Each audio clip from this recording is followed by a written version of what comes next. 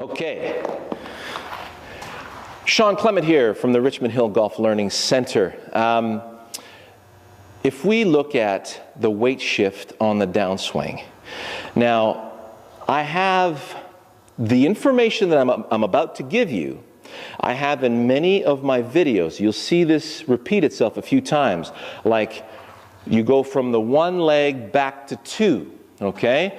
And not all of you have seen that video, and not all of you have seen all of my videos. I understand there's a lot of material out there, but this one here will seal the deal to make sure that you guys understand once and for all how the weight shifts in the downswing. So we know how the weight shifts in the backswing, right? So we just turn. There's no weight shift if my hands are staying right here on my hips as I turn, but if I bring my hands together to take my grip and I toss my hands into the backswing with the turn of the body, like in the takeaway and starting the swing, this inertia of the body, so everything stays steady here, creates centrifugal force out here that'll give me some nice width in my backswing. This has a weight to it. That's what's going to bring the weight to my right foot, okay? To the inside of my right foot in particular. Now, if you remember the hockey golf video where Steve has the skate on his right foot, and I asked Steve, go to the top of your real backswing, okay? And the real top of the backswing position is this. So you notice how everything bounced off the right and back into the left. So the weight shift in the downswing happens from behind you. From behind you, okay?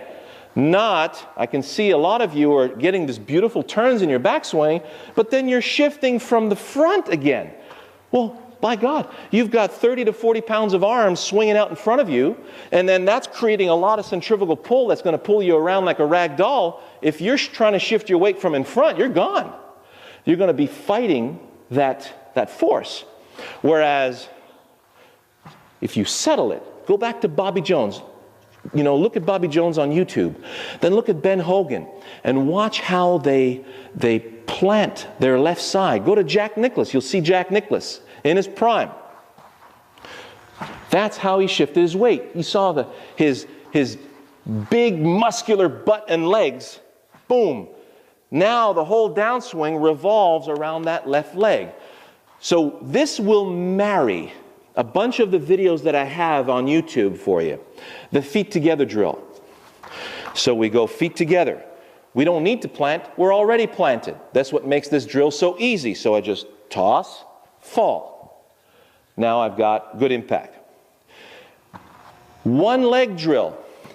This one leg drill will eliminate, it helps eliminate many of the myths about firing the right side. Now I hit the ball every bit as far on one leg as I do on two legs. I hit over 300 yards on a regular basis on one leg. So on that one-legged swing, turn. So you notice how my right side's clearing out of the way. My weight stays on the inside of my left foot, left ankle, okay? So everything clears and everything follows. So you notice I cannot thrust with my right side when I'm hitting on one leg. It's a very efficient motion. Except that I can't use that in all situations on the golf course. Now, when I put the other foot flat on the ground and I widen my stance, I've opened up a big can of worms. You remember the hammer throw in the Olympics, right? So you got all this, force trying to pull you out of your feet. So in the backswing, you're countering this force by sending your butt toward the target. And as this force dissipates, you notice how the arms, they're not going to pull you this way forever. It's only for a couple of fractions of seconds. So here we go. Toss, boom. You plant right back into the left side. That weight shift is about 1 inch long. So as you fall, now my head is always supported by my left leg, okay? So as I go back, I come right back to my left leg. Now my whole downswing is supported by my left leg. So to do this properly, if you plant, well, notice I feel right now that my head's being supported by my right leg. Well, that's going to be lunge city. Okay? So it's toss and fall. My head is supported by my left leg. I still have that tilt. Let everything fall. So you notice how superbly supported my downswing was. And this forces my arm unit back around this axis. Okay? If my axis is not supported properly, if I go to the top of the swing and I swing from here, see what happens to my head? Has a tendency to spin out, has a tendency to lean forward, because my lower spine is stuck back here. Now it's very difficult for me to make it back through the golf ball. I'll make it back to the ball. I guarantee you that ball's not going to go where you want it to go, okay? The only time that you can swing through the golf ball is by being on that forward leg. The only time where you won't have any chicken wings through impact here, if you're sitting back here, chicken wing city. Then you're going to get your width through to the finish.